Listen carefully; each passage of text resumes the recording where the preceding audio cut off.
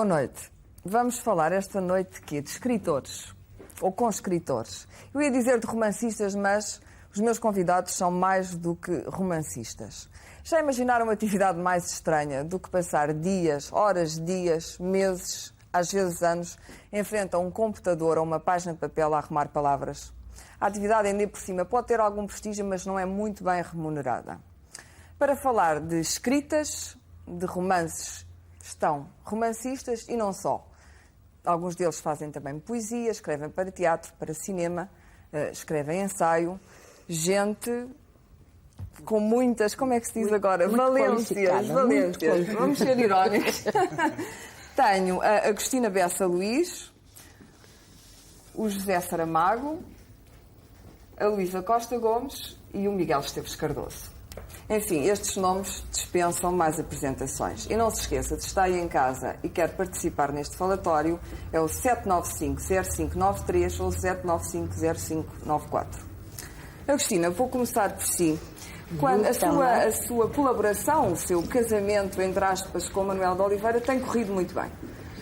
Acaba de sair o Parque, portanto, o livro sobre o filme do Manuel de Oliveira. A Agostina, quando trabalha com o cinema e para o cinema, de certo modo, não se sente um pouco desapossada da sua qualidade de romancista. Muitos escritores que têm sido adaptados ao cinema ou que têm tentado trabalhar com o cinema têm estado muito mal com a experiência. E têm sentido, a palavra é deles, roubados. O seu caso é particular? Bem, eu quando me sinto roubada não é nessas circunstâncias. Já entra no capítulo dos direitos de autor. Mas não sinto. Eu acho que escrever é escrever. O gosto, quem gosta de escrever e lhe põe a tal papel em branco diante, eu acho que é sempre uma tentação. E o gosto de escrever ultrapassa todas essas dificuldades. Essas dificuldades que se supõe que possam surgir. Mas eu acho que um escritor, como diriam os nossos antepassados, escritor de raça, não é? Não tem essas... Enfim, mesmo quando se fala mais do filme que do livro, por exemplo, a Agostina não se importa? Não, de maneira nenhuma. Não, porque o filme já não me pertence. O filme já é... Exceto quando trai demasiado aquilo que era uma ideia que nós... E que no caso do Manuel de Oliveira, como a colaboração é muito estreita, isso não acontece? Não, aconteceu um pouco, não direi traição, porque é muito feio. Nós não vamos aqui dar palavras assim, de tal maneira, capitais, não é? Que entram já no... Não, com o Manuel de Oliveira... nunca aconteceu um pouco com o Convento, mas com este, que de resto tem também um auxiliar para que isso não aconteça, que é o facto de ser escrito expressamente para o cinema.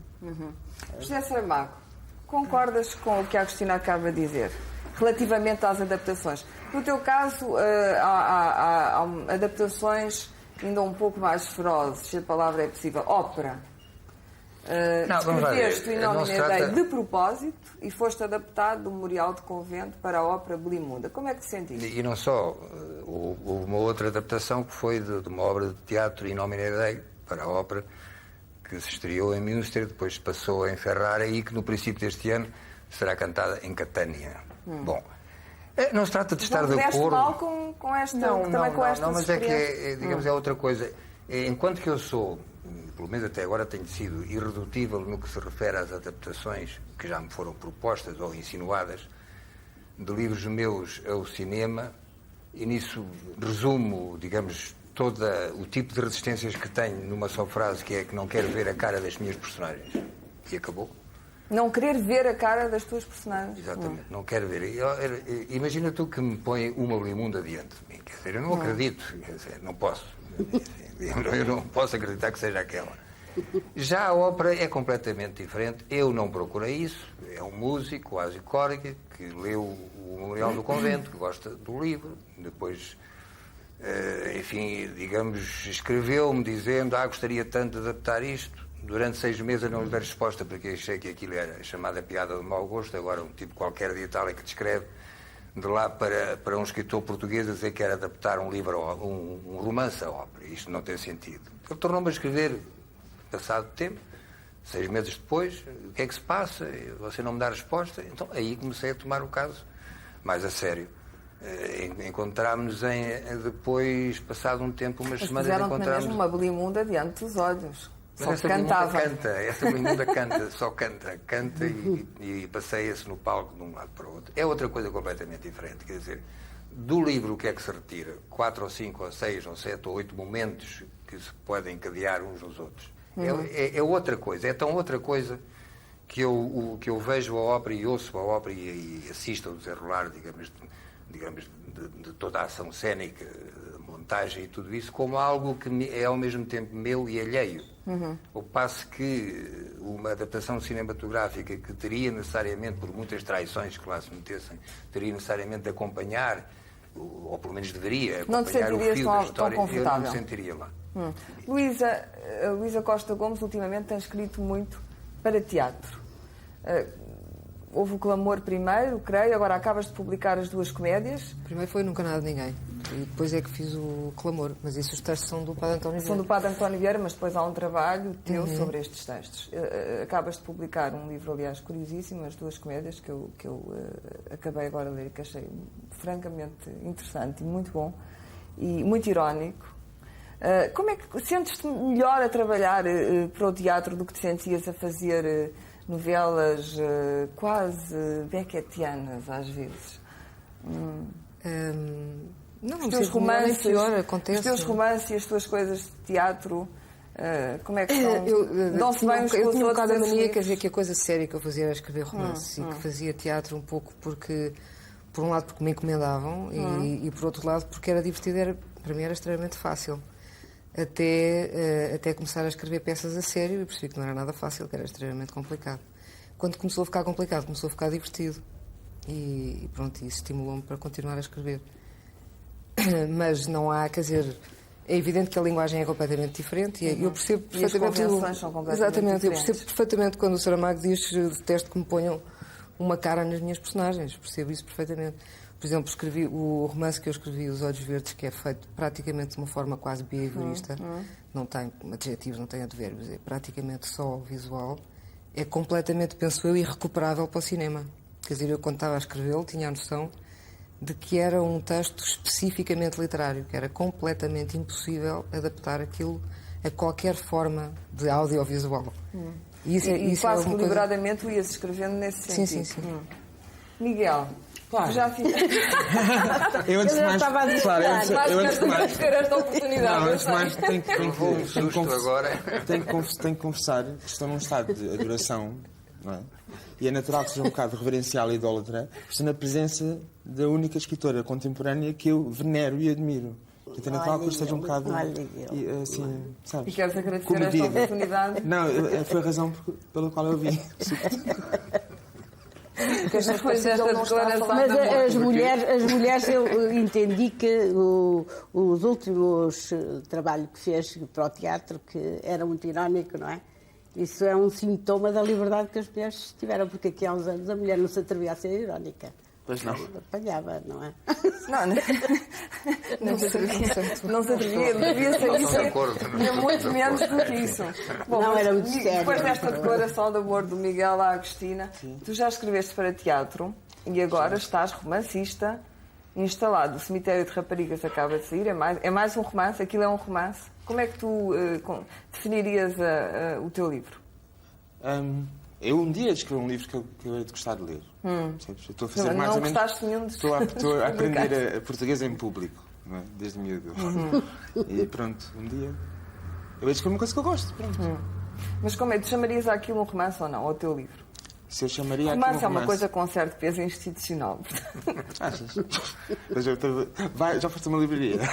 Não, vamos lá ver. Aqui o que importa, é a parte que não se vende. Aqui a coisa que importa é saber como é que o editor lhe chamou. Se o editor lhe chamou romance, é romance. Mas é que há pessoas que publicam romances, mas depois por uma estranha... uma falta de equivalência, não são considerados romancistas. Mas, claro, há um problema. Tu achas que és considerado um romancista 99%, ou não? O Miguel Esteves Cardoso em primeiro lugar. 99% dos romances são maus, não é? Mas não deixam de ser romances. O que é que te chamas um mau romance, Miguel? Os escritores são artistas, há escritores maus e escritores bons. O que é que te chamas um mau romance? Um que tu não gostas de ler? Não, um romance que esteja mal escrito, que eu não gosto de ler, que eu não consiga ler, sobretudo que não consiga ler. Bom, mas Tu discordas? Achas que os romances... Não, outro dia chamaram precisamente a atenção porque eu tinha dito uma vez, sem estremecimento, acho que foi... vieram-me com uma coisa do Eduardo Prado Coelho, em que ele me acusava de dizer, sem estremecer, o que era um bom e um mau romance. Bom, talvez eu hoje estremeça um bocadinho mais. O que é um bom romance? Um bom romance é um romance escrito por um bom romancista. E o que é que te chamas um bom romancista? Como tu gostas de ler? Evidentemente, o bom romancista é aquele que escreve bons romances. Mas a mim é o que chamas um bom romance. O que me perturba mais é o bom romance contemporâneo. Esse contemporâneo é que me custa. O contemporâneo, não, o romance. Porque, em geral, o bom romancista não é contemporâneo de nada nem de ninguém. De maneira que desenvolva. Isso é consigo. Não é contemporâneo porquê? Não é contemporâneo porque eu acho que as grandes ideias, a maneira, a invenção não é contemporânea. A matéria-prima é intemporal, completamente. Eu acho que sim. Mas, apesar de tudo, está situada, o homem, a sua circunstância, perdoa-me a situaçãozinha, está situada num determinado tempo e tem os pares e o juízo dos pares, não é? O juízo dos pares tem alguma importância ou não? Não. Nenhuma. Aliás, a Cristina diz que a realidade estorva. Eu acho que os grandes romancistas, os grandes, não têm tempo nem época, e, portanto, nem sequer têm, e a solidão deles, e a arte deles. Como é que não tem? E a arte deles é precisamente essa. O que é isso da solidão? Miguel, como é isso da solidão? Nós trabalhamos com a linguagem, que é uma criação coletiva. Andamos com as nossas memórias às costas, que são memórias nossas e memórias dos outros. Quando a gente está sentado diante do papelinho ou diante do computador, é que solidão... Sim, mas o seu último romance, não é o ensaio sobre a cegueira, é uma invenção absoluta. É uma invenção atemporal. Não. É tão pouco uma invenção absoluta que, se o mundo não estivesse como está, o ensaio sobre a cegueira não tinha sido escrito. Então não é mau romance. Será um mau romance? Mas eu sinto mais contemporâneo sobre a contemporaneidade. Os Olhos Verdes podia ter sido escrito agora ou noutro tempo qualquer? Não sei responder. Os Olhos Verdes por exemplo, tem um capítulo sobre o George Berkeley, que eu acho que é um filósofo totalmente profético. Quer dizer, aquilo que ele disse no século XVIII é o que se passa hoje. De facto, agora, eu sou muito historicista, acho que as coisas se passam na história e que cada homem é filho do seu tempo, para citar também. Bom, mas as coisas passarem-se na história não é exatamente o mesmo que pretender tornar a linguagem é uma coisa totalmente localizada.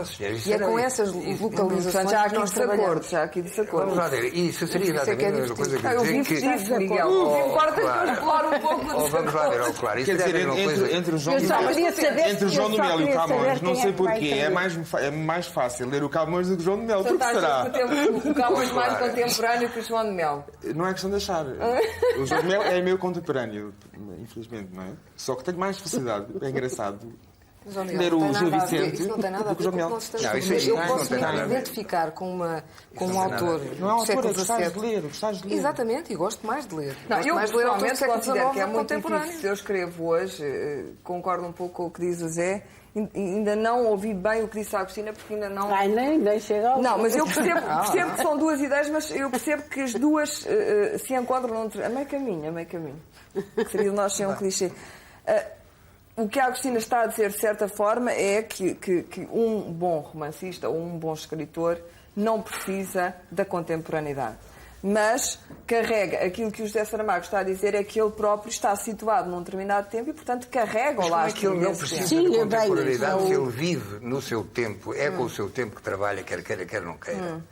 Mesmo que esteja a contar histórias da Crochinha. Mas há uma solidão quando se está a escrever. Mas o que é isso, a solidão? Isso é uma visão romântica que não tem nada a ver com a realidade. Não, mas aqui que eu não falo da solidão romântica. A mansarda lá em cima. Não, nada disso, não é dessa. Solitário, sofrendo as agruras da criação. Não, tu quando sentas para escrever não estás atento, nem tens mecanismos de vigilância em relação àquilo que os outros estão a escrever no mesmo tempo em que tu estás. Mas eu não estou. quando eu falo em contemporâneo, eu estou contemporâneo do tempo todo, não é apenas daqueles que estão a escrever. Evidentemente que quando eu estou a escrever, ou qualquer de nós, evidentemente, ou qualquer dos que estão fora daqui, não está a pensar naquilo que os outros estão a escrever, ou pensam escrever, ou já escreveram.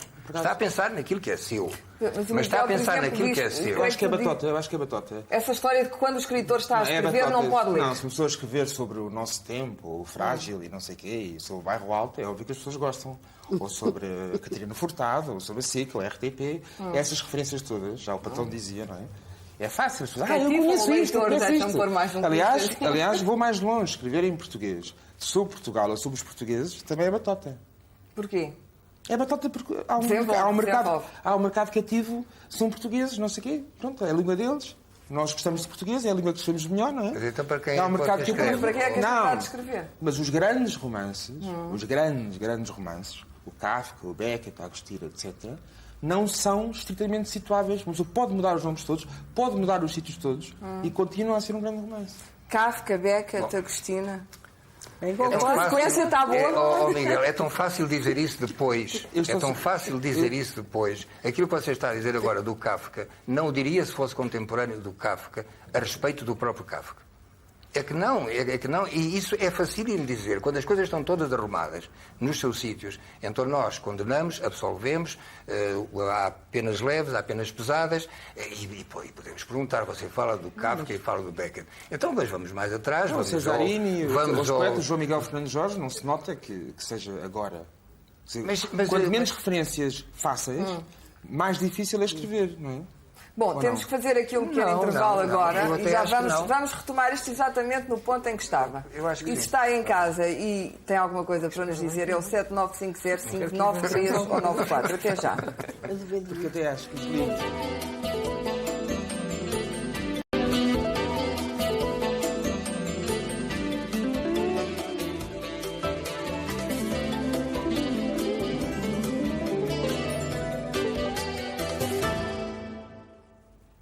Estamos de volta. 7950593 ou 94. Antes de vocês recomeçarem a discussão no ponto entre a grande abstração e a concretização de golo, Agostina, o Miguel disse Kafka, Beckett, Agostina. Sente-se bem nesta companhia? É uma boa companhia, eu não vou recusá-la, porque era mal educada a ser recusada. Mas vamos um bocadinho, vamos explorar. E lisonjeia, é sempre agradável. É melhor que o Kafka. José Saramago. No fundo, o que nós estamos a tentar aqui... Ainda não percebi o que é que estamos a tentar. Não. Vamos ver se conseguimos pôr uma certa ordem nisto. Estamos aqui com a velha querela entre o realismo... Não é isso. Eu acho que o romance pretende ser um retrato. Devemos descrever a realidade ou prescindir dela? Não é prescindir. O romance pretende ser um retrato ou alguma coisa de uma descrição do que existe, ou o que é muito agarrado ao tempo e às coisas. Não é um grande romance, não é uma grande criação. Mas como é que tu podes ser tão perentório sobre o que é um grande romance? Agora vamos lá ver. Eu posso dizer qualquer coisa. O que acontece é que o romance mudou. O romance deixou de ser isso que o Miguel estava a dizer. O relato de qualquer coisa, de uma vida, ou de uma parte de uma vida, ou de amores, ou traições, ou isto ou aquilo. E eu diria até, não estou a dizer isto como se me tivesse lembrado agora, não, isto já é... Eu acho que o romance deixou de ser um género literário e se transformou num lugar literário, aonde tudo vai. É pena. Aonde tudo vai? Aonde tudo vai. Vai a filosofia, vai o ensaio, vai tudo. E não é porque o meu livro se chama ensaio. Quer dizer, há um modo de fazer o romance hoje que não tem nada a ver com isso. Mas é pena, porque a filosofia tem o seu lugar. Há maneira de escrever filosofia, há maneira de escrever ensaios. E é pena que o romance, para mim, tenha morrido nesse aspecto. Não. Eu não acho que seja pena. Digamos, aquilo que para si é pena, do meu ponto de vista, é um enriquecimento. É um enriquecimento. Quer dizer, o que o Virgílio Ferreira pensa sobre a existência, quer lá saber o que é que ele pensa sobre a existência. Ou a maneira como ele escreve. Não é a maneira de escrever a filosofia. Ele não é um filósofo. No entanto, os miúdos na escola têm que gramar com aquilo. Não, mas atenção, mas, quando por exemplo, eu digo... o romance do Virgílio que tu gostas muito, que é o Para Sempre. Ou não, eu adoro, como romancista, agora como pensador. O que é que te interessa? O que é que te interessa ali? No Para Sempre. Sim, se não é o que não é o que é que te interessa? É a maneira como escreve. O modo de escrever. Agora, o pensamento... Não, até falou do Buckley, a Luísa falou no Buckley. tem a ver com o Beckett, o SS Percipi, há uma maneira, uma disciplina filosófica difícil. É muito difícil escrever filosofia. Assim como é difícil escrever um ensaio. E essa coisa do romance... E é de facto verdade, eu concordo consigo. Não, mas vamos lá ver. Mas quando o romancista, supondo que tem a consciência, ou pelo menos pensa que o romance mudou... Eu concordo consigo. Acho que não há uma regra universal. Não será que cada um escreve o romance que quer escrever e não tem que estar preocupado se abstrai ou não do tempo, eu acho que do lugar um escreve e da situação e dos pais. Era nesse sentido que eu falava de solidão. Quer dizer, quando eu vou escrever um livro, eu não quero saber de nada. Não é que nós somos hoje subsidiários de duas correntes, que foi o tempo das luzes, não é? E depois o romantismo, que foi uma espécie de resposta a essa época, não é?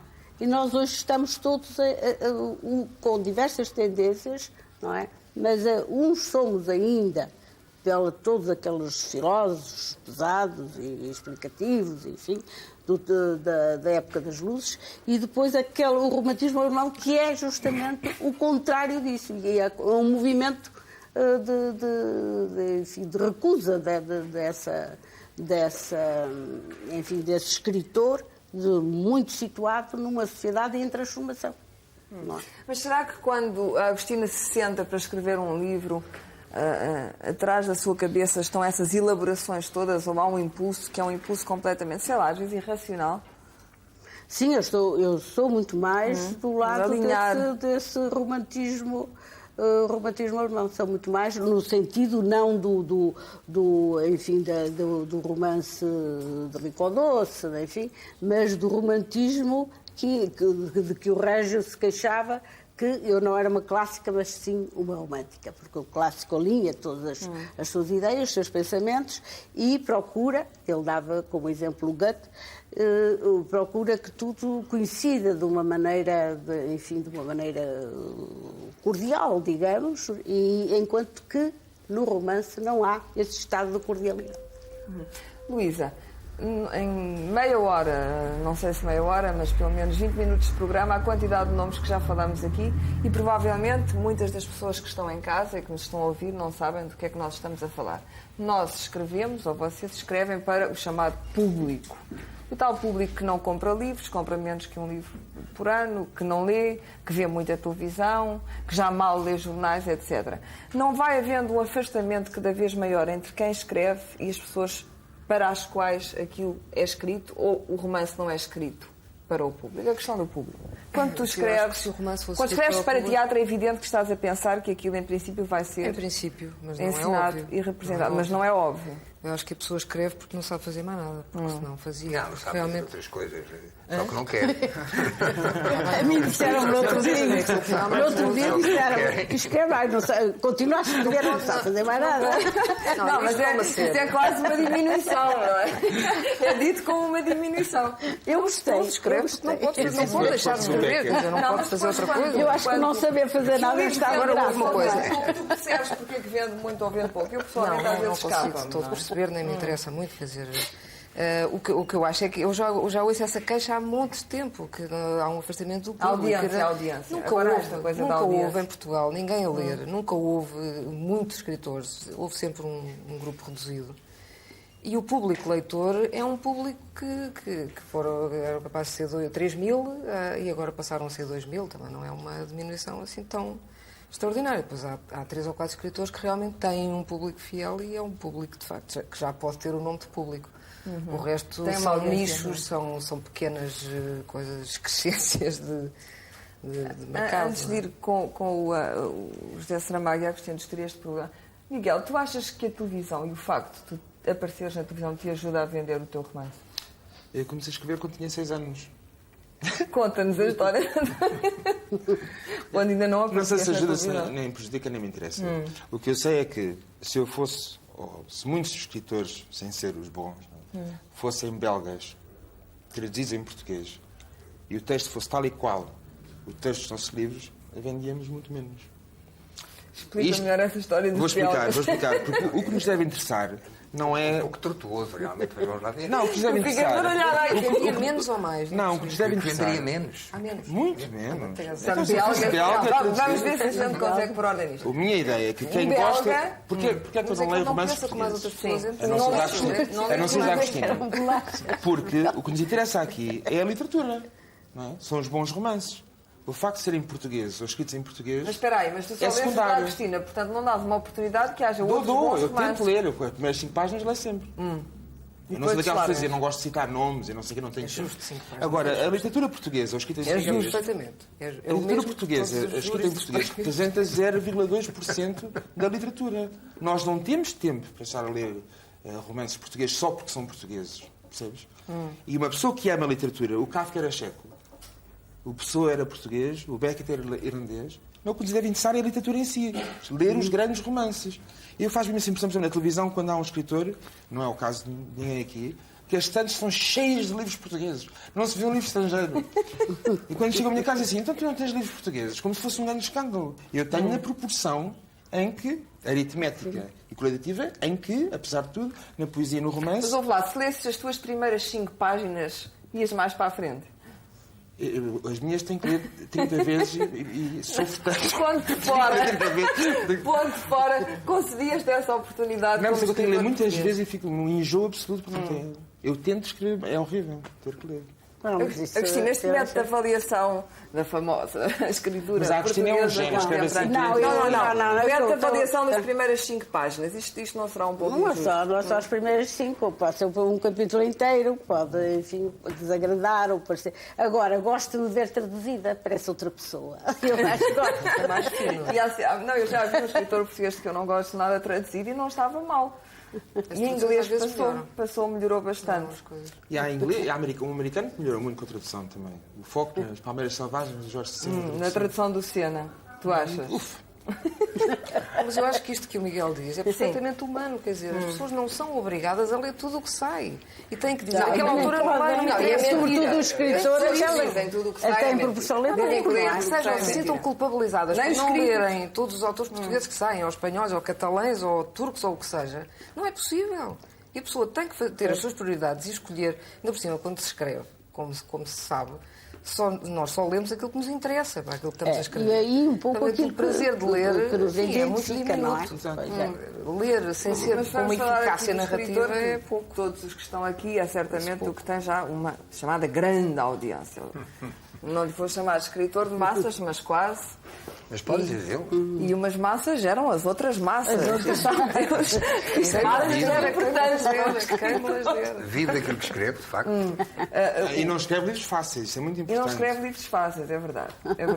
Portanto, mas tu tens uma boa relação com o teu público. Eu já te vi muitas vezes em assembleias numerosas, já uma vez, lembro na Feira de Braga, de 600 pessoas que acorreram para te ouvir falar e tu estabeleces, que é uma coisa, por exemplo, que às vezes é difícil, um escritor, uma boa relação com o público, tens muita paciência para aturar as perguntas estúpidas, os tiros ao lado, tenho muita paciência para responder o senhor indignado da primeira fila que acha que te meteste com a igreja e que és um acelerado e tu estás ali como um verdadeiro profissional. Não é como um verdadeiro profissional. A profissão não tem nada a ver com isto. Tem que ver com o modo de relação com os outros. É que apesar de que a Agostina diz que eu sou um bocado embroado.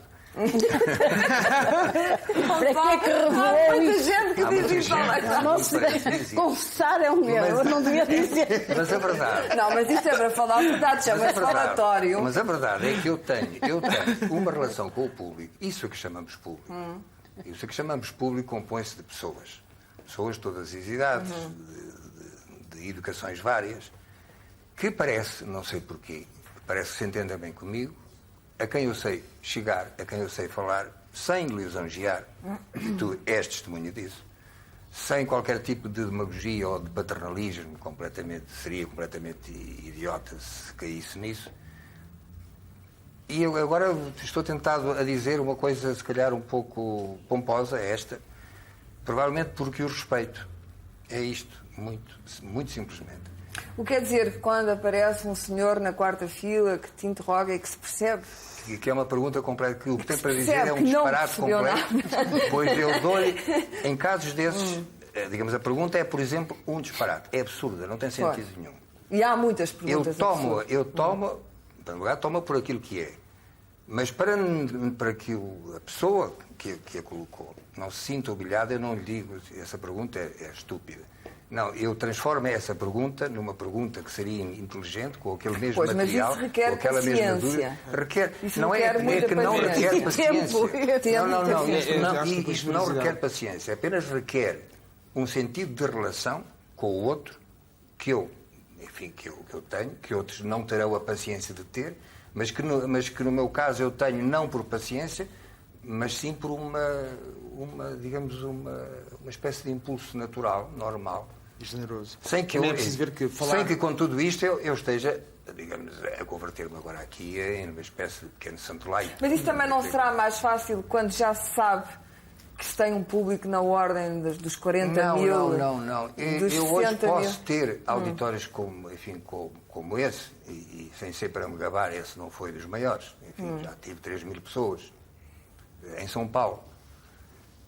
Mas posso também falar para 4 ou 5 pessoas. Se há um colóquio onde, porque choveu muito, aparecem 4 ou 5 pessoas, ou 10 pessoas, a sala vazia, trato-as exatamente, relaciono-me com elas, não é trato-as, que aqui este verbo é paternalista. É antipático. Relaciono com elas da mesmíssima forma. Agostina, exatamente a mesma questão. Não, tenho paciência. Diferente. Tenho paciência porque sou paciente. Não me torno paciente por qualquer motivo. Tenho uma natureza paciente e afável, enfim, exceto com os meus livros. Então vingo-me que sou impaciente que pessoas é que a Agostina Mas eu tenho dois tipos de... Tenho os leitores propriamente ditos e tenho aqueles que certamente considero um público, mas que não são aqueles que me leem.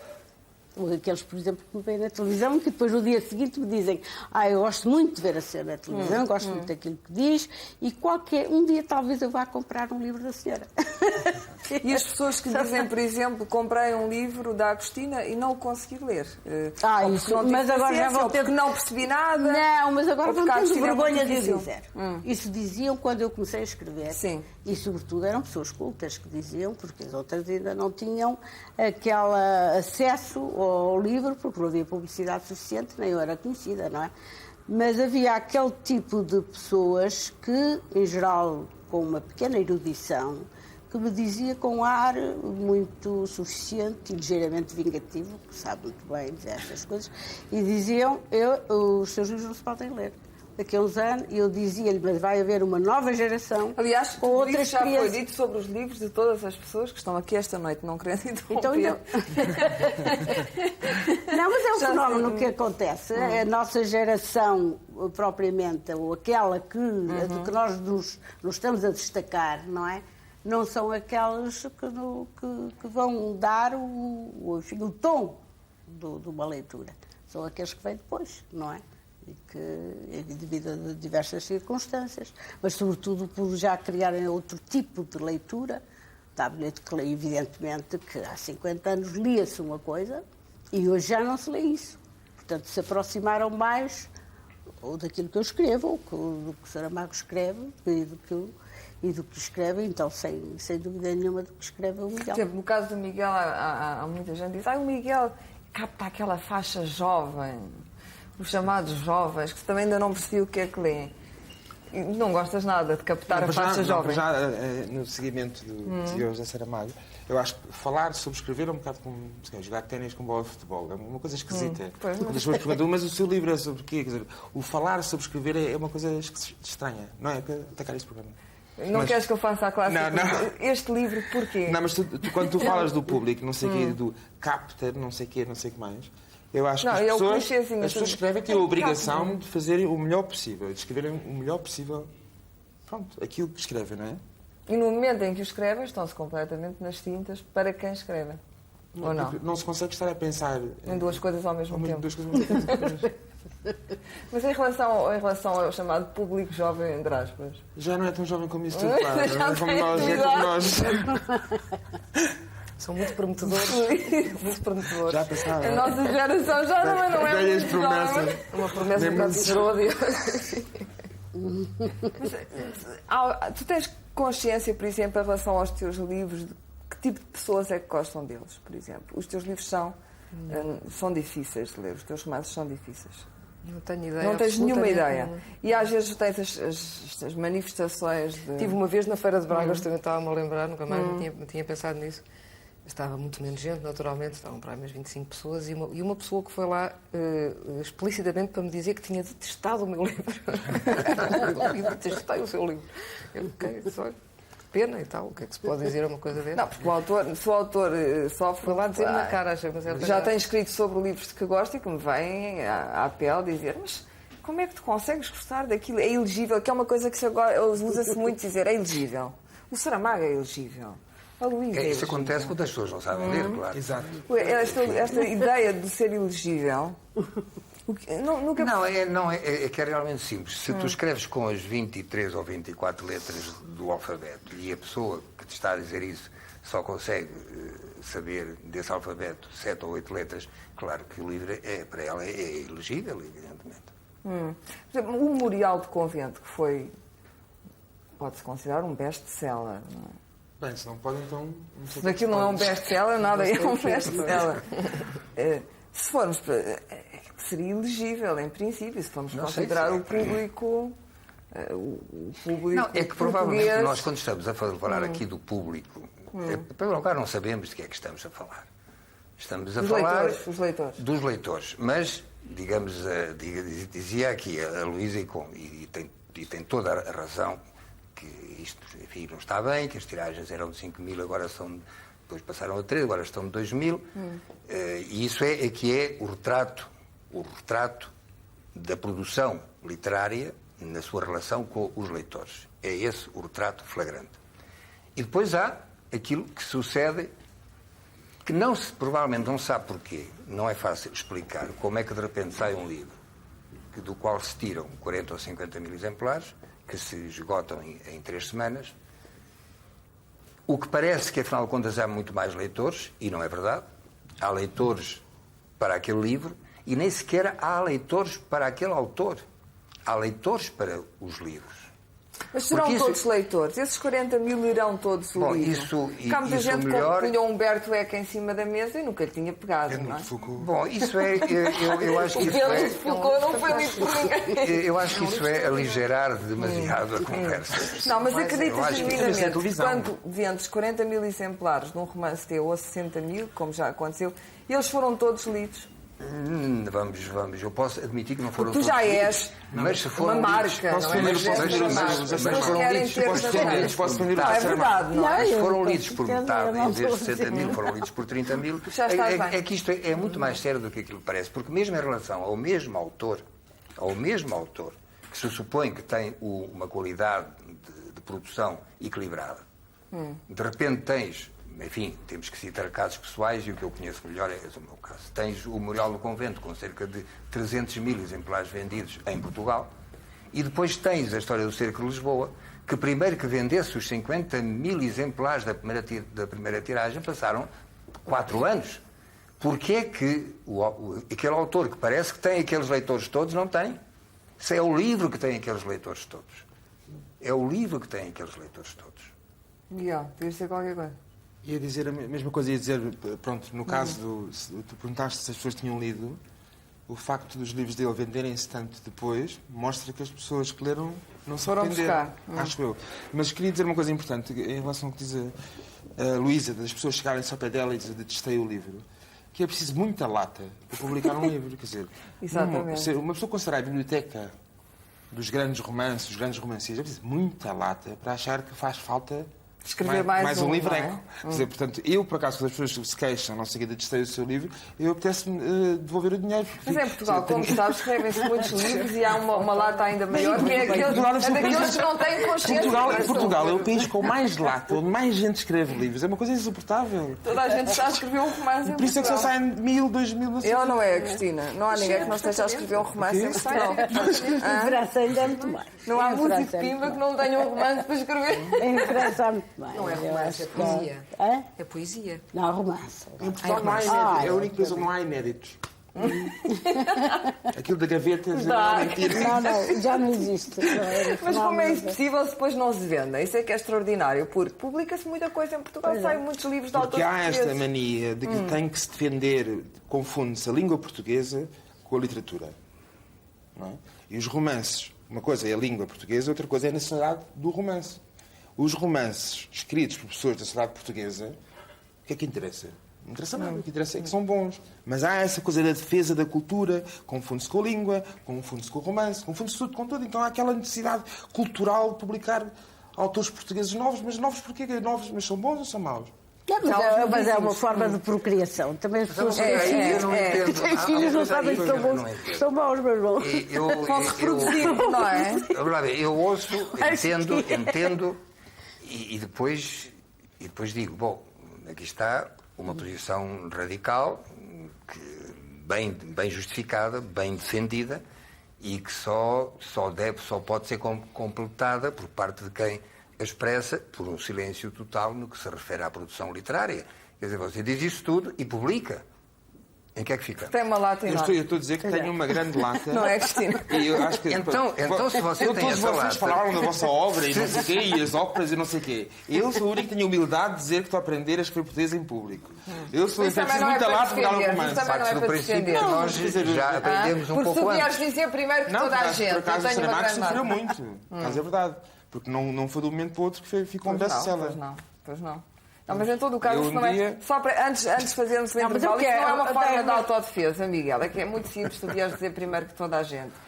Eu tenho uma lata enorme, isto não vale nada, são só umas pretensões, ainda estou a aprender, tenham um bocadinho de calma. Mas já sou muito melhor do que os outros, calma aí. Embora se possa esperar de mim,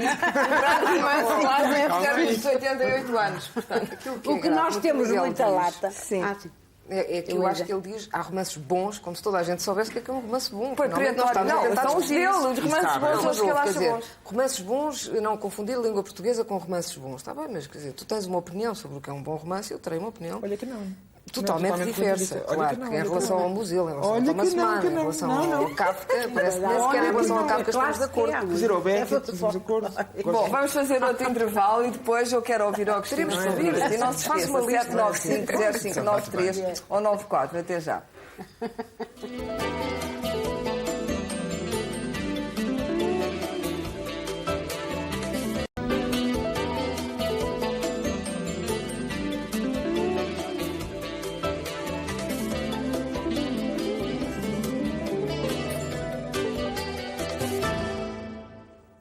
Bom, estamos de volta. A Agostina ainda não teve a oportunidade de responder. Eu vou repetir, não vou repetir a pergunta porque não havia necessariamente uma pergunta, mas o Miguel não é um bocado perentório nesta coisa. Um bom romance é isto, um mau romance é isto. O que é um romance mal escrito ou um romance bem escrito? Há padrões para tudo. Pode-se dizer com esta leviandade. A Agostina tem um grande romance que é, por hipótese, a Sibila ou o Val Abraão e depois o resto não sei quê. Não presta. Sim, uma das primeiras coisas que impressiona no romance é realmente o bem escrito. E o bem escrito deriva de um caráter. Se uma pessoa é autoritária, imediatamente quer escrever bem. E essa autoridade transmite-se ao leitor. Sem dúvida nenhuma, não é? Ou seja, o escritor denuncia essa autoridade daquilo que escreve. De escrever bem e exige de si próprio escrever bem e, ao mesmo tempo, intima a aceitarem esse bem escrito. Portanto, obriga a respeitar essa autoridade. Bom, e temos aqui 4 autoritários. O bem escrito... Ai, não tenho dúvida. Sem a menor dúvida. O bem escrito significa eficácia. Porque se houvesse um estilo de bem escrito, então seria e seria uma espécie de padrão. Agora eu pergunto... Houve um canon durante muito tempo. Pois, mas essa eficácia agora é eficácia quantificável ou qualificável? Não, é qualificável, não é quantificável. Eu pergunto o que é que tem, por exemplo, para ver o estilo de um Graciliano Ramos, o estilo sequíssimo, que parece, do qual se diria que, como não é rico, talvez não seja bem escrito. Isto é uma hipótese. E, contudo, é de uma eficácia como a do escalpelo. Isto é só para dar um exemplo. A minha palavra eficácia arrepia-me sempre um bocadinho. Não sei porquê. No sentido de que tu tens que alcançar um objetivo e procuras os meios para alcançar. É isso que pode chamar-se eficácia. Se te choca, arranja-se outra palavra. Bom, não mas o Dostoiévski, por exemplo, que eu gosto imenso, e temos tido traduções não só francesas como de outras línguas, creio que muito mais, mas em todo caso ele não é bem escrito, ele não escreve bem, mas em todo caso realmente arrasta-nos e é eficaz neste sentido e também autoritário. Não é autoritário, aí está. O Dostoiévski Não sei quem. Raramente um russo é autoritário. Então mas aí há uma contradição. Aí há uma contradição. Também acho que não é. Então, se há essa... mais calmo deste mundo. Eu não queria se entendi bem, ele não queria que aquilo fosse bem escrito. Ele não queria... A Agostina disse há pouco que quando um escritor quer fazer bem escrito, transmite essa autoridade. Essa autoridade passa no livro. Sim, mas isso não acontece. Eu conheci uma vez, já há muitos anos, a Ana Akhmatova, e ela perguntou, com uma curiosidade complacente, era uma senhora já de idade, afinal, como é que escreve? E eu, muito menos complacente, disse para o Dostoiévski. E a senhora ficou completamente, nunca mais me dirigiu a palavra. Quer dizer, o Dostoiévski era um padrão, não é? Havia, de facto, qualquer coisa que ele transmitia e que a senhora ficava imobilizada dentro dele. E eu não ficava. Está. E a Akhmat morreu com isso. Bom, temos um espectador em linha, o João Oliveira, que é um estudante de Aveiro. Boa noite. Boa noite. Diga.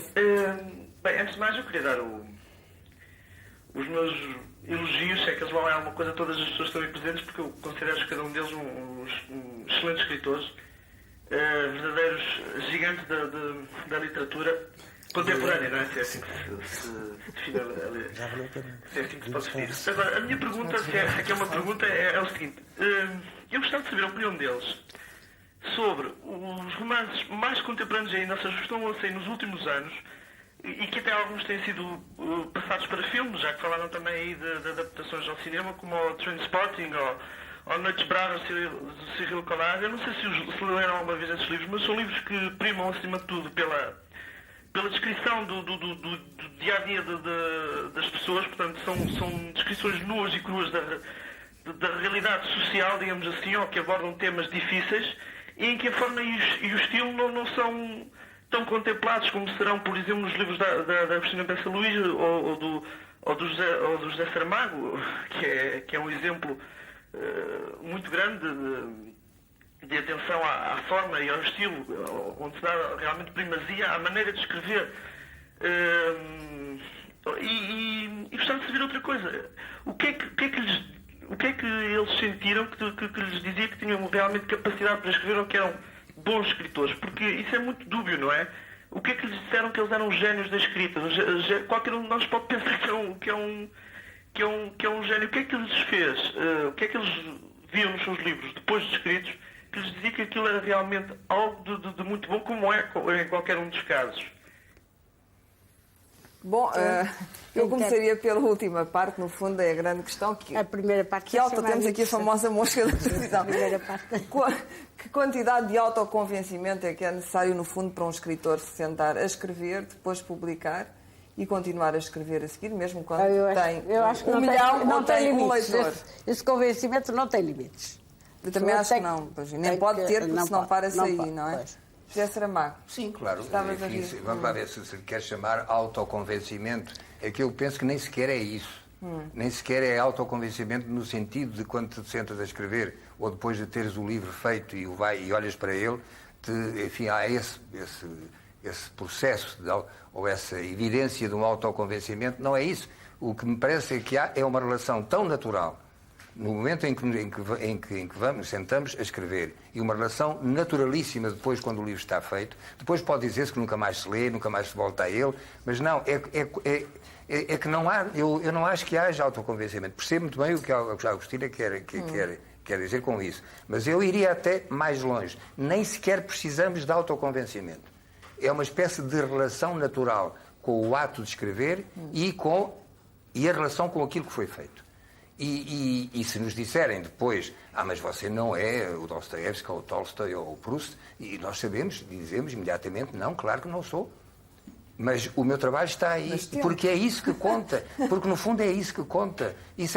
No fundo é a mesma coisa que um cirurgião acabou de abrir uma barriga, ou um coração, fez o que tinha que fazer ali e depois cose aquilo, está autoconvencido que fez ali, que salvou, enfim, digamos, aquela vida. Um lado não há lado nenhum, minha filha, não há lado nenhum, é tudo trabalho. Não é um criador, é tudo trabalho. O que é isso de criador? Por favor, o que é isso de criador? É muito importante, muito Tu achas que a criador, o que é que isso e a significa? expressão não são importantes? Mas o que é que significa claro, o que é que significa essa palavra criador?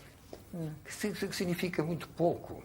É um trabalho. É uma certa ordenação do caos. A partir do nada tu inventas. Não, é um trabalho. Tu estás trabalhando a ordenar o caos, ou uma parte dele. Alguma coisa se modificou a partir desse claro, momento. Pelo trabalho.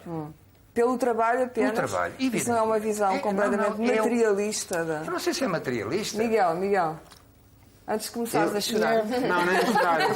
Então, o Miguel Ângelo, não, acho que está a fazer aqui uma grande confusão. Portanto, há pessoas que trabalham na pintura. São todos criadores, mais uma vez, não é? Ou são todos trabalhadores da pintura. Ou do romance, ou da poesia. Não é? Portanto, o poeta, o Hölderlin ou o Shakespeare é um homem que trabalha, não é? Miguel, a única diferença é entre o trabalho mal feito e o trabalho bem feito. Um criador, para mim, obviamente que trabalha, não é? Tem que trabalhar para criar, mas é alguém, a tautologia, mas é alguém que faz com aquilo que existe algo que nunca foi feito antes e de uma forma tal que pareça uma coisa inteiramente nova no conjunto. E isso há muito poucos criadores. Eu não sei. Um bom marceneiro. Portanto, Luísa, tu concordas com o que diz o Zé Saramago? Absolutamente. Para além de, obviamente, haver outras coisas. Um bom marceneiro faz o David. Um bom marceneiro faz o David. Só saber fazer aquele trabalho. Um bom marceneiro faz o Pietà. Depois há questões que têm a ver com o talento, que têm a ver com a cultura, estás a comparar que têm a ver um com a marceneiro a um intuição, escultor, ou um pintor de paredes a um... Mas o resultado de tudo aquilo é um Com certeza, sabes? É que eu acho. Se calhar diria-me, não sei. Agora Agora temos esta mania de achar que as palavras são todas já escovadas demais e temos que ir buscar outra. Mas eu gosto da palavra criação, não me repugna nada. E não acho que seja a mesma coisa. Escuta uma coisa, uma pessoa leva... Não acho que todo. A mistificação do processo. Uma pessoa leva 30 ou... Mas é preciso a mistificação. Escuta Eu acho uma que é coisa, preciso. Clara, uma pessoa leva 30 ou 40 ou 50 anos sem escrever. E de repente, portanto, não era criador. Não estava a fazer nada, daquilo não era um criador. A partir do momento em que começa a escrever aos 50 ou aos 55, ou quando for, publica uns livros, um poema, ou teatro, ou romance, ou o que quer que seja. É um trabalho que ele está, enfim, para o qual ele sentiu que tinha, se queres a palavra, tinha jeito. Tinha jeito. E muitas coisas se fazem só com jeito e nada mais. E depois passa a ser criador. Não sei se passa a ser criador. Sei que há um impulso que eu acho que é quase irracional, às vezes, na escrita, e que não tem nada a ver com a necessidade. Há centenas de trabalhos, certamente, que eu poderia fazer melhor e que poderia ter aprendido melhor e que se calhar teria mais jeito. A injustiça do gênio. É um conceito do século É a injustiça do gênio. O homem pode fazer os Jerónimos. Pode fazer os Jerónimos. Jerónimos em pauzinhos de fósforo e levar 40 anos a fazer os Jerónimos. E o Picasso pode fazer assim uma coisa rapidíssima e ser uma obra de arte. Essa é a injustiça do gênio.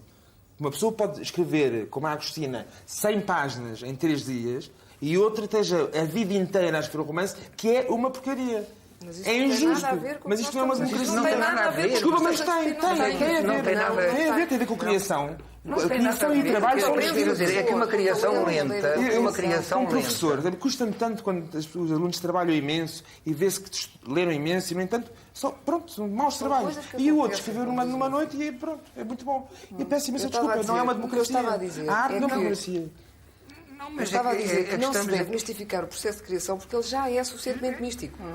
Ok, portanto era bom, mas isso não é exatamente a mesma coisa. Exatamente, por isso é que eu disse que realmente há muito trabalho. Mas eu não estou a dizer que não há trabalho e é evidente que... Como é que não há trabalho? Então uma pessoa está ali em cima de uma página, ali a cavar e a tirar e a pôr e a acrescentar e não há uma reordenação do mundo. Há uma criação de uma coisa a partir do que não existia. Não é um trabalho de concerto. O trabalho do cirurgião pode ser um trabalho de concerto, ou o trabalho do marceneiro. Não me parece que sejam coisas comparáveis. Escrever um poema ou pintar uma parede. O único elemento aqui... Não é, exatamente. Há paredes que são bem pintadas, estão bem pintadas, que valem tanto como alguns poemas. Mas temos precisamente em linha o artista... O cirurgião salva-vida e o romance salva-vida a ninguém. Há outra pergunta ainda. Pois, mas não é essa. Continuando nesta lógica, eu perna partida por um cirurgião... Eu gosto da palavra criação e acho que há sempre uma criação do mundo quando por exemplo, o Werther. Pode ser um mau livro, mas então é um mundo mau. Bom, mas vamos ouvir o Francisco Geraldo, que é artista plástico e que está a falar de Sacavém. Boa noite. Boa noite. Eu nestes 2 minutos que tenho ouvido aí o auditório, penso que vocês audiogravaram um pleno romance. O Miguel dizia que a filosofia num sítio, as artes noutras, quer dizer, acho que se fez aí um romance rapidamente que poderia ser realmente extensivo depois à escrita. Enfim. Agora, a minha pergunta era somente esta.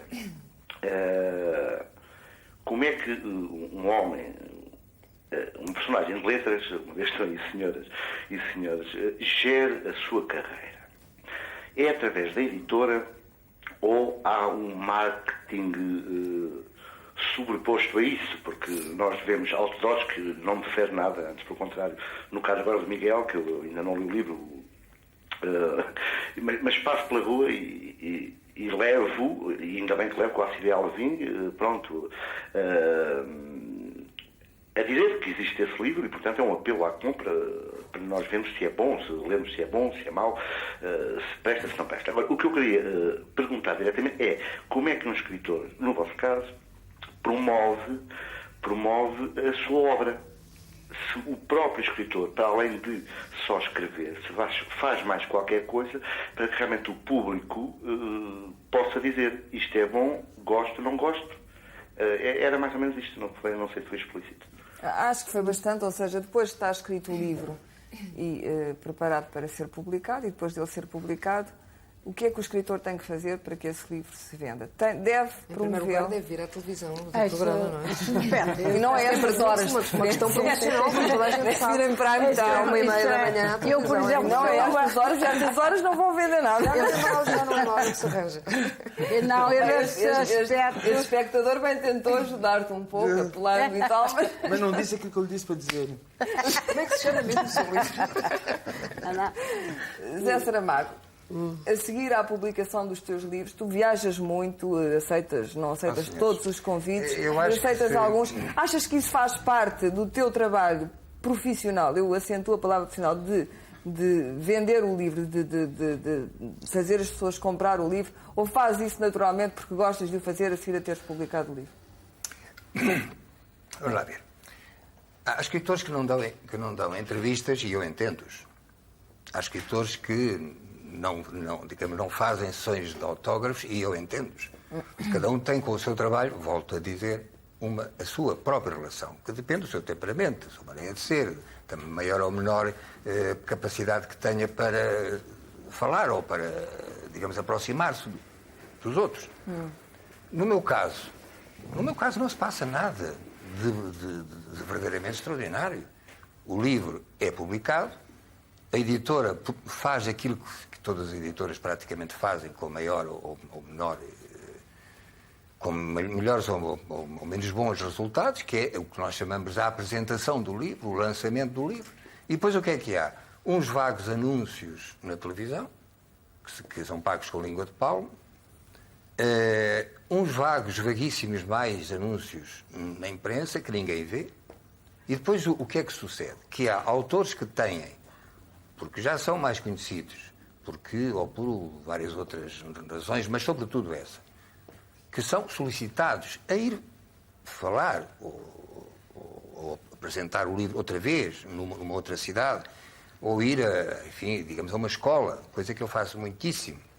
Escolas para falar com alunos de 15, 16, 17 anos, que normalmente não têm dinheiro para comprar os livros, portanto não é com esse objetivo. E depois, é certo, eu viajo muito, porque depois há as traduções e chamam para darem entrevistas na Itália ou na Alemanha. Mas fazes isso com prazer ou não? Ou fazes isso porque achas que tens de fazer? Faço isso porque considero que faz parte do meu trabalho, faço isso apesar de me roubar tempo para esse mesmo trabalho, quantas vezes, e faço isso por uma espécie de sentido de obrigação. Porque eu tenho que... Há uma outra questão ainda a acrescentar. Eu tenho uma dificuldade terrível em dizer não. Portanto, qualquer coisa para que me convidem, pode acontecer que eu tenha que dizer sim por essa dificuldade de dizer não. Estou, de qualquer forma,